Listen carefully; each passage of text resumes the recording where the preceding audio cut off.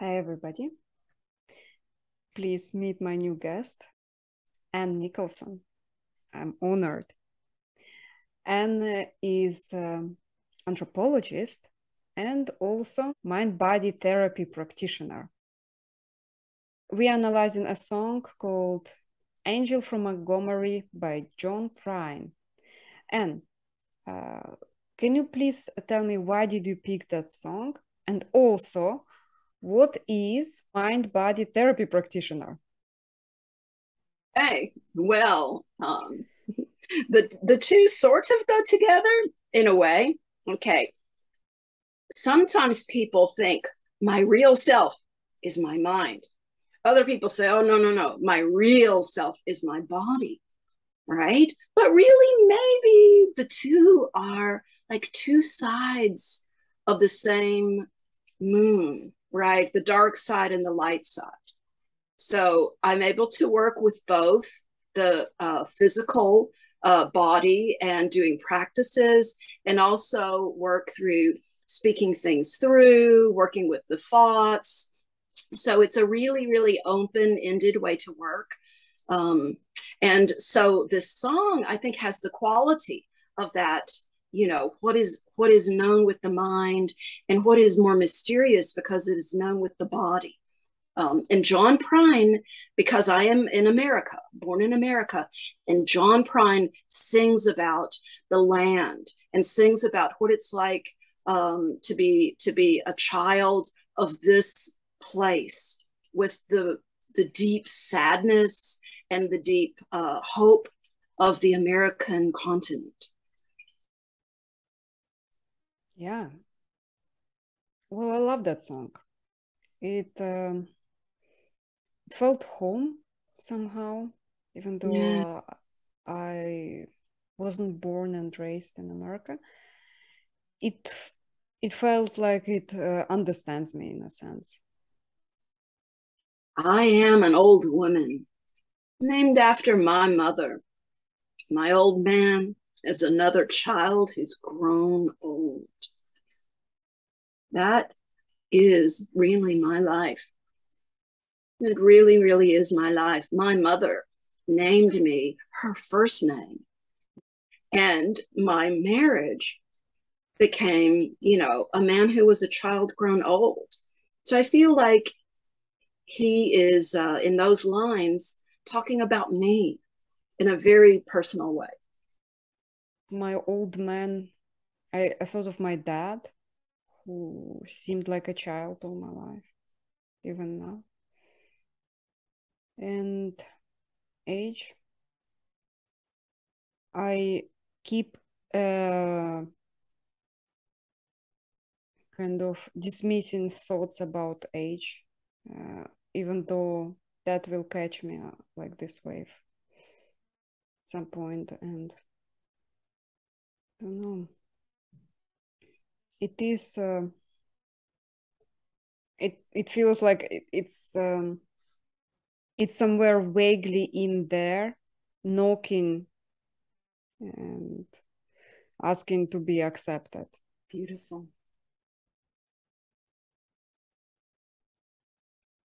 This is where the personal can become poetic, right? Mythic almost. If dreams were lightning and thunder were desire, this old house would have burned down a long time ago. Now that one, it's personal again there for me because I grew up in an old house. I was the third generation in that house. And it was as if the walls had seen it all. The house was alive, like a person with a memory that went back at least 3 generations. And so the dreams, the desires, it's like they were trapped in the house because they had not been fulfilled by those previous generations. And I felt that they were always calling to me. And if they were physical, just like the song says, it would have burned down that house. but instead they were held back. They were the memory of those generations, and they were held back for future generations like me as a young person in that old house. You know, did I want to pick them up or leave them? Did you ever think that you are not belonging to that house, in the sense that you don't have to fulfill those dreams, that you're free from that somehow? Yeah. Yeah, that was always there. There was the sense of how much am I embedded in the world, in my root and my culture, my family, you know, and where am I really free? At what points within my own life, my own biography, personality, my own journey, where am I an extension of the past, and where is there potential for me to do something new?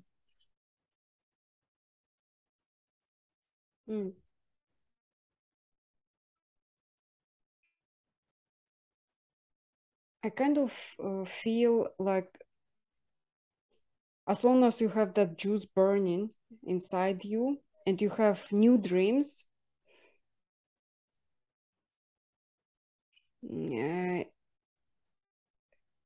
it's awesome at least to write about that, to put it in a book somehow. But I never wrote a book, and I still at the stage of just dreaming. Yeah. Maybe this is your book, line by line. Line by line, like I cannot write, but I do enjoy listening to other people's stories. And yeah. But I think it's each time I'm presented with a new song and a new story, it feels like I'm not writing, I'm reading somehow. And this is a new book here. It talks about the house full of memories that were put carefully in each stain on the wall. Like dreams of people who wanted to achieve stuff.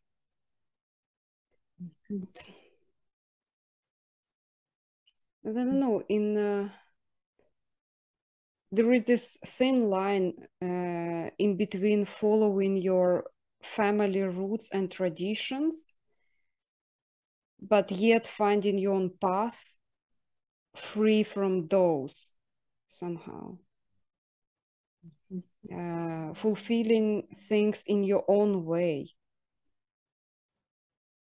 Yeah. Maybe it's still to be discovered. Because you don't want to burn down the old house.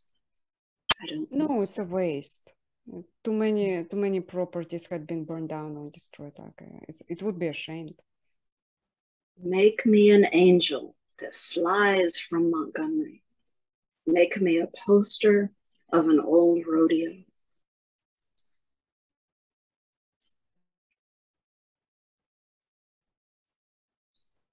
Now, what's going on with that? Suddenly we've gone from some very solid, approachable imagery, the old house, to this, what is it? Where is it? You know, we're an angel, we're flying.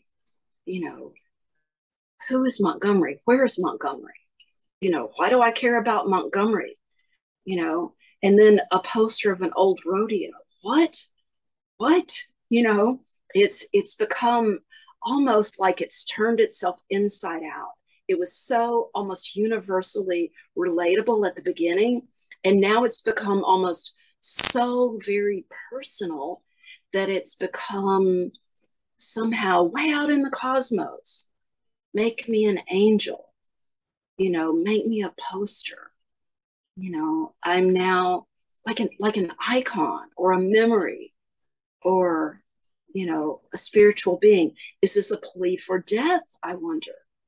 A plea for perhaps the sweet relief of not looking at the walls of that house anymore, or that old man that's a child grown old. I don't know. I had my own projection here. When I was imagining the house with memories, I also felt this sensation of desire for freedom. Montgomery, I thought it was a place where the house was located. And then she asks, however, divine being to give her that angel who would take her away from Montgomery. And a poster of an old rodeo. This is a dream that was not realized, but was not in that house. As if there was a story way before. It was a choice a long time ago. Either you go to that rodeo or you stay in that house in Montgomery. And it feels like I would like to go back and change that. So she's pleading to the divine creator for that. That's how it felt to me. But it might be my storyteller projection. Yeah. But there's a plea for escape, right? Whether it's escape in the mind or escape through death, And I was thinking about her being made into an angel. And I think I heard you say that they were going to make an angel for her, right? To fly her away. Oh, yes. She asked for her to become an angel. Huh. And then she asked herself to be made into a poster. See, that's not an English speaker read completely different. I thought she's pleading for that. So it's make me into an angel, right? I don't know. I think what you said is also true. Oh. Yeah, in English, you could say, make me an angel, meaning make an angel for me. Yeah, it would be the same. So double meanings. Yeah. Lots of potential.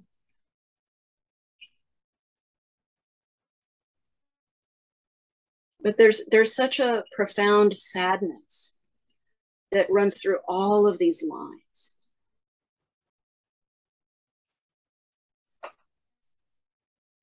It's almost unbearable, the sadness that I encounter in these lyrics.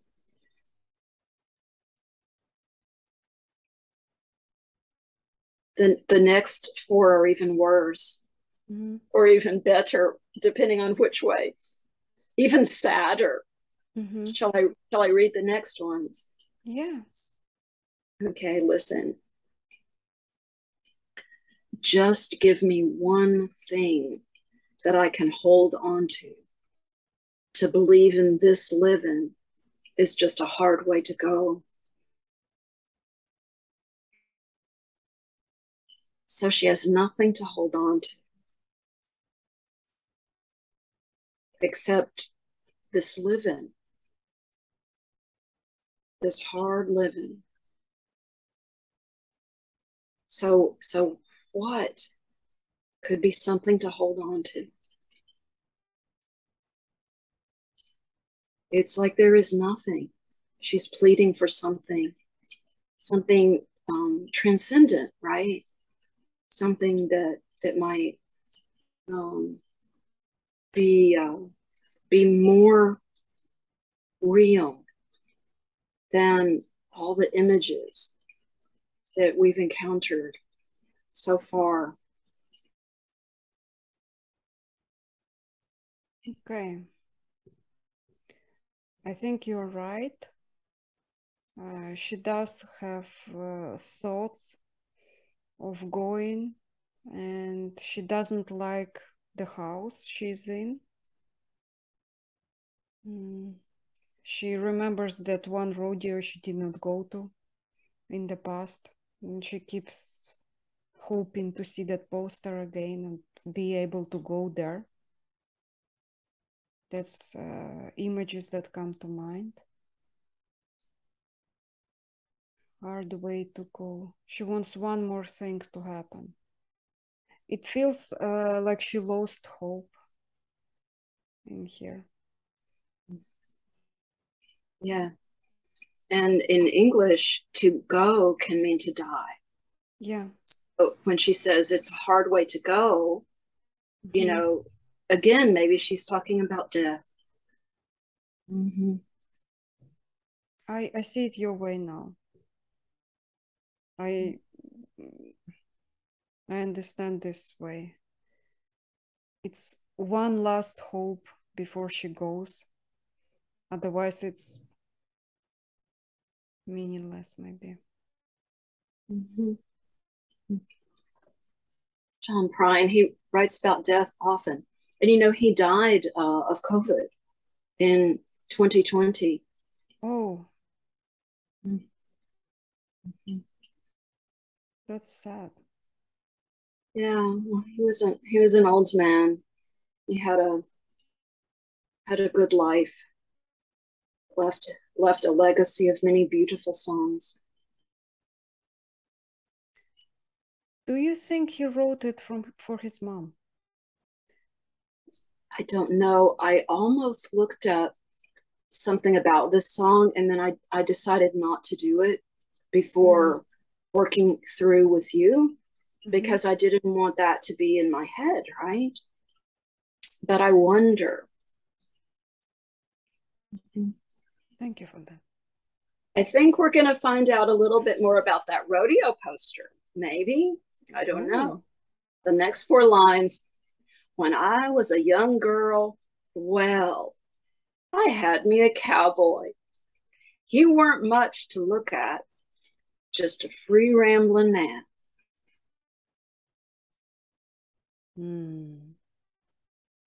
So I always wonder, is that who turned into the old man that's a child grown old? Right? Because people can change, you know, from youth to old age. They can lose that fire. Who knows what happened? Did the cowboy ramble away? Or did he become the old man that's a child grown old? If he did become, you know, change from a free rambling cowboy to a old man that's a child grown old, well, he was a different person anyway, right? He was a different person. One way or the other, he wasn't the same man. That's dreamy, right? I have a projection drilling in. I think she talks about a different man. She talks about the road that she did not take. So she's remembering the thing that did not happen. Like, I almost envision she's remembering that old poster that she threw away instead of going to that rodeo. And now she keeps coming back to reliving that. What if I went to that rodeo? Would the things go differently? I don't think she married the cowboy. She married a different man. That's a projection, though. So I don't know. Right. what I love about art, about poetry is there's room for all of this kind of thinking that's so much more complex than everyday thinking. So now she says, but that was a long time. And no matter how I tried, the years just flowed by like a broken down dam. Now in the South, in the rural parts of America, you have these little stone or concrete dams on all these little creeks and rivers. And people would even build their own to make a little pond for a mill or for drinking water, for whatever. And you'll be walking through the woods on a trail and you'll see broken down dams. Maybe the people moved away, nobody kept the dam up. Yeah. So here we have memory just flowing and flowing, and there's nothing to stop it anymore. There's no containment on her life's experience, on time, even on her mind. The memories are just flowing, time is just flowing, and there's nothing to stop it and contain it, so she can really internalize it and use it to transform. It's just flowing and flowing and flowing.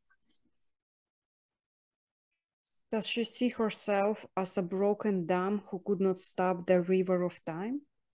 Yeah.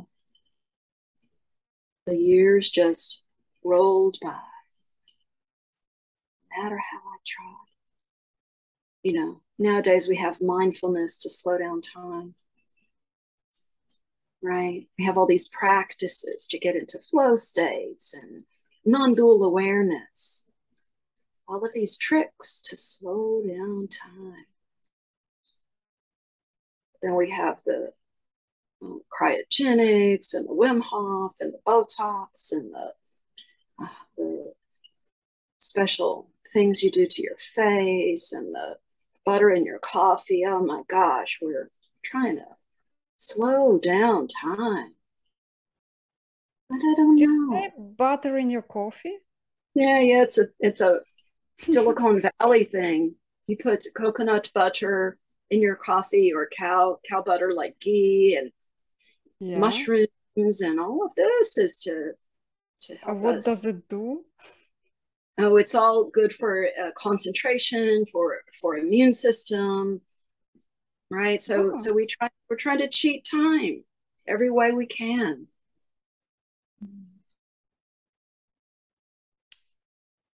Yeah.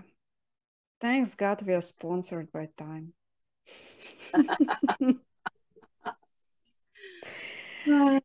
Whatever we do, actually, our life, it is in time. And sometimes people focusing on stopping it instead of enjoying it. But I don't know. Mm-hmm. Let's find out what happened to her next. Oh, she's gone from memories to the present now. There's flies in the kitchen. I can hear them there buzzing. And I ain't done nothing since I woke up today.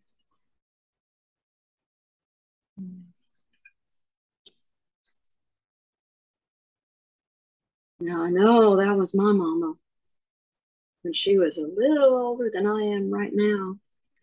It's like, what was there? What was there?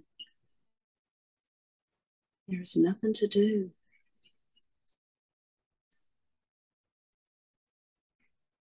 I don't want to be that person in whom the fire has gone out.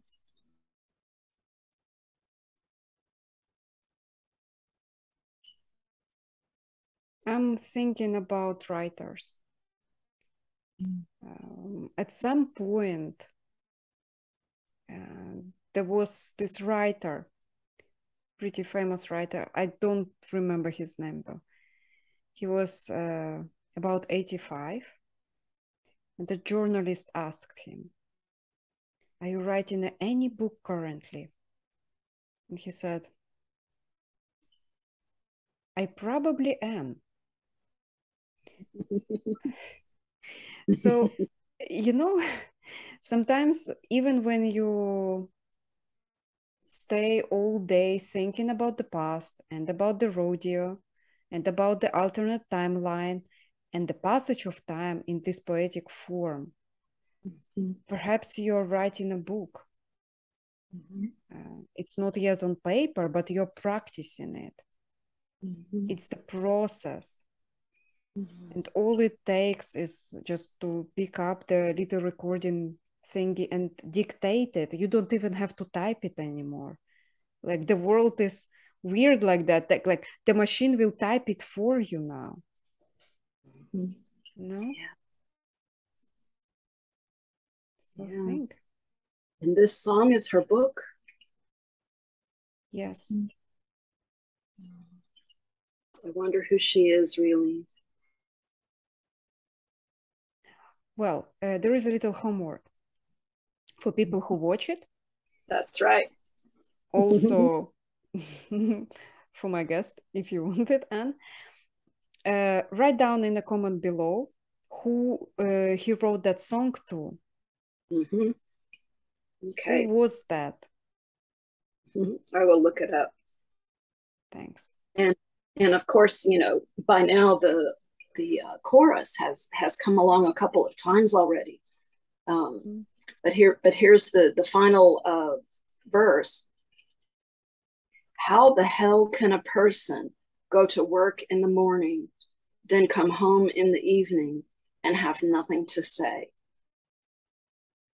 She's lost her dreaminess in that one. She's lost her accent, right? She was all buzzing and yawling, and now she's just straight on.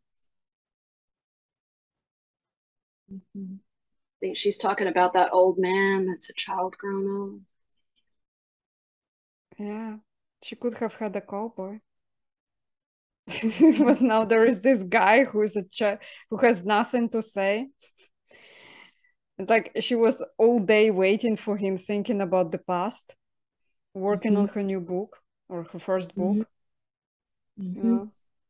And that's the thing. That's what I like about art.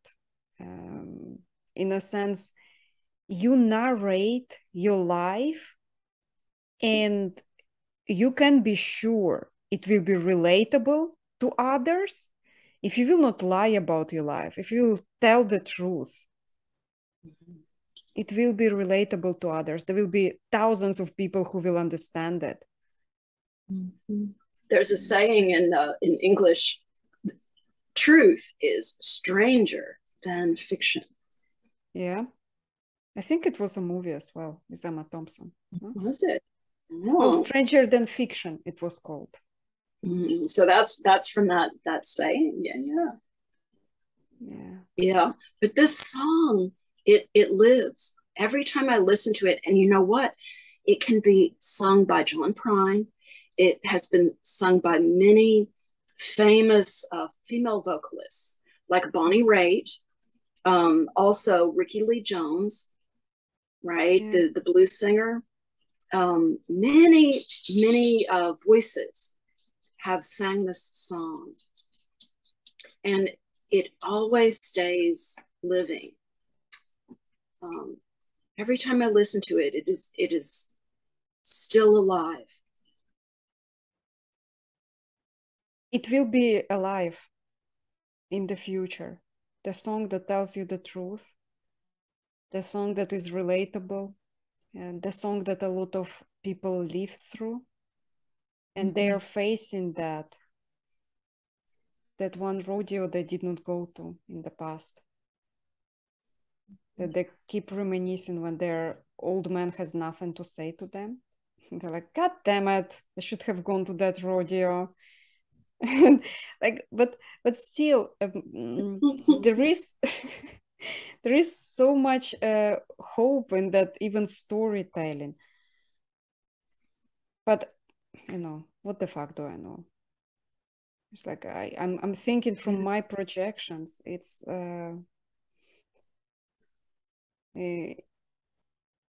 I think I might understand that song differently in the future.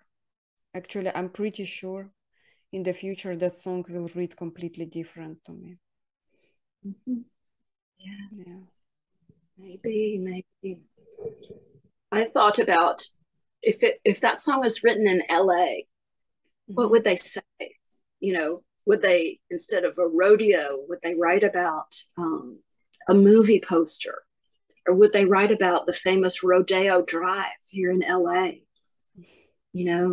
There's a sense of place in that song that I keep pulling into my place here in LA and wondering about modifying it a little bit.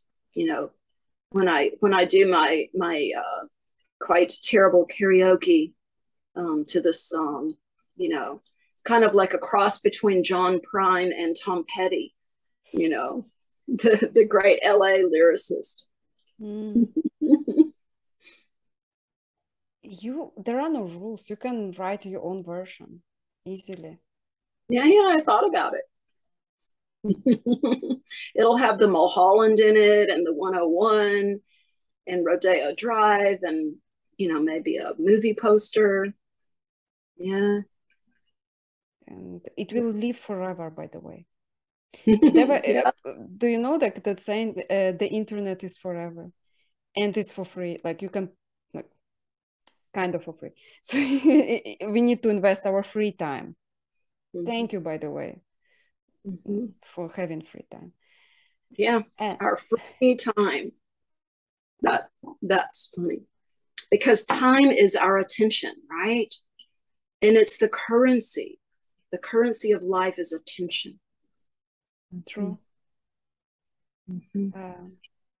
Anne, any new perspective on that song after this analysis? How did you like it? Well, I loved how you had a sort of very clear narrative, because my mind goes down 11 rabbit holes, right? So I loved working with you on it because you're like, oh, clearly this means this and this means this and that means that, and I'm dreaming off into my rabbit holes. So it was really fun to do it, with another mind that works so differently from my own. Thank you. Yeah, I really enjoyed it. We do it for projections. Like our projections, like the songs are the Rorschach test. Everybody sees something different, and it helps us to understand each other, how we see the world, and just a little bit more empathy in the world. Right, that's true. That's one of the things that art does. Yeah. So I've developed some new workshops that that I'm going to be offering here in LA in the fall. And some of it can be done online. Some of it is more suitable to doing live. But one of them is working with social dreaming. So obviously it's all about projections, right? Because dreams are sort of memory consolidations that take place, to help us remember things that are really too complicated to remember with day waking thinking. So we take it into sleep where our thinking is more artistic. One thing can turn into another, time and space are fluid. And so here we have these very, very complex memories, and they are sometimes, accessible when we remember a dream. So in these workshops, one portion, about an hour, will be the community sharing the dreams with one another without any interpretation, but just a deep listening. And then the last few minutes will be looking at themes. What do we see that might connect one of these dreams to another to another? It's like weaving the dreams. and then taking that the next hour into a painting experience. Oh, we can paint the images from the dreams or paint other images, and after about 10-15 minutes on a painting, you let it rest and you pass it down and you get a different painting that someone else has already started. So this is social painting, and you go at least 3 times. You could easily go more if you have the time, and the paintings become very rich and alive, much more so than if one artist just painted on that painting the whole hour or hour and a half. And there's time for a bit of reflection in between the passing of the paintings. Then the community can decide if the paintings will go home, each one with the person, or if there's a community space, the paintings could live there, and they could speak to one another, be arranged in different ways, right? And the third part of the workshop is about it's about being together in our movement bodies. So what we value is what moves us. How do we know what we value? By looking at our own movement and the movements of those in our community. That's where we discover our community's values, through what moves us. And so we become very, very keen observers of the movements that we are making when we do some simple little attention and intention exercises together. And we'll become very good readers of one another's intention by paying attention to our movements.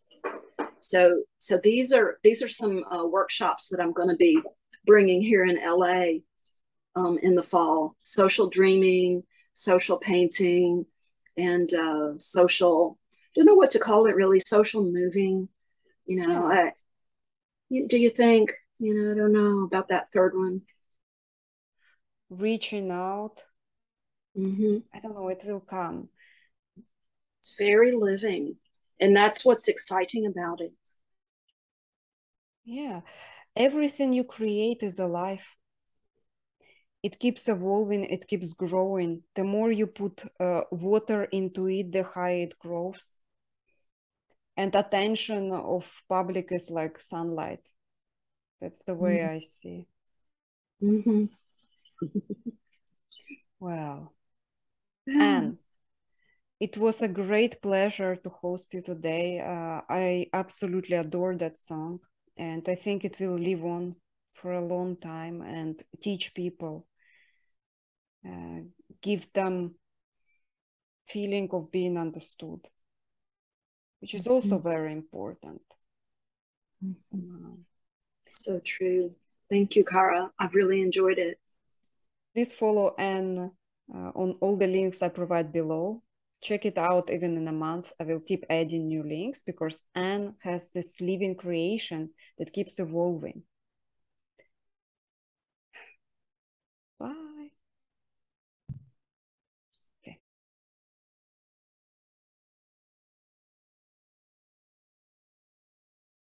A social unfolding? Oh my God, unfolding.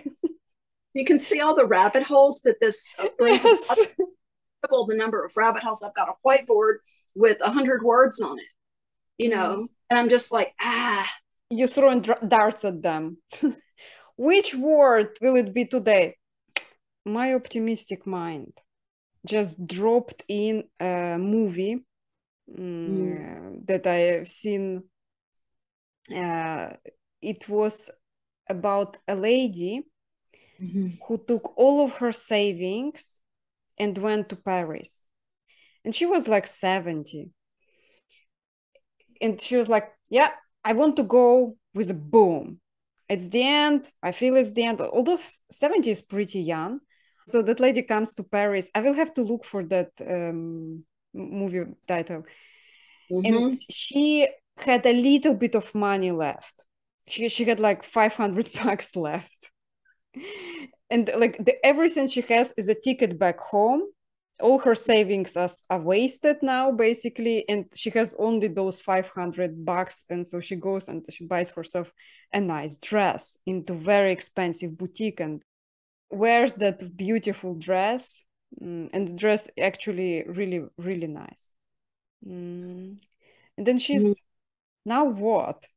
She goes to the Eiffel Tower and just like standing there in the dress and looking into the distance. And okay, of course, it's a rom-com, so she meets a guy who is also standing and looking in the distance, and he's like elegantly dressed, and he has this scarf, and they talk. He invites her for a coffee. They have a lovely chat, and then she is like, "Okay, tomorrow I'm flying back to US," and he's like, "Can I meet you again or talk to you?" And like they start talking, and somehow that made me think,